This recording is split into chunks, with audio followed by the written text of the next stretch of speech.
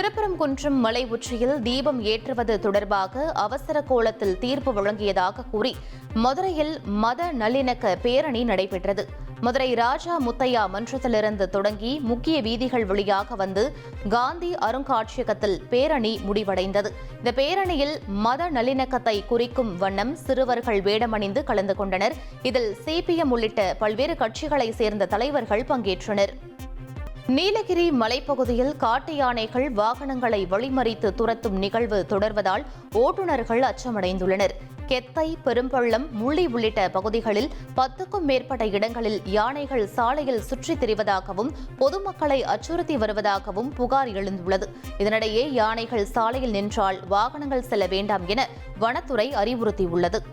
1,25,00,000 மனங்களை வென்ற தந்தி TV YouTube channel. தவிர்க்க முடியாத தம்ப்நெயில்ஸ், கலக்கலான கான்டென்ட்ஸ். நீங்களும் இந்த குடும்பத்தில் இணைய இப்பவே சப்ஸ்கிரைப் பண்ணுங்க. அசுரபலம் கொண்ட எங்கள் டிஜிட்டல் கரங்களில் உங்கள் விளம்பரங்களை சேர்க்க வாட்ஸ்அப் பண்ணுங்க 8939888378.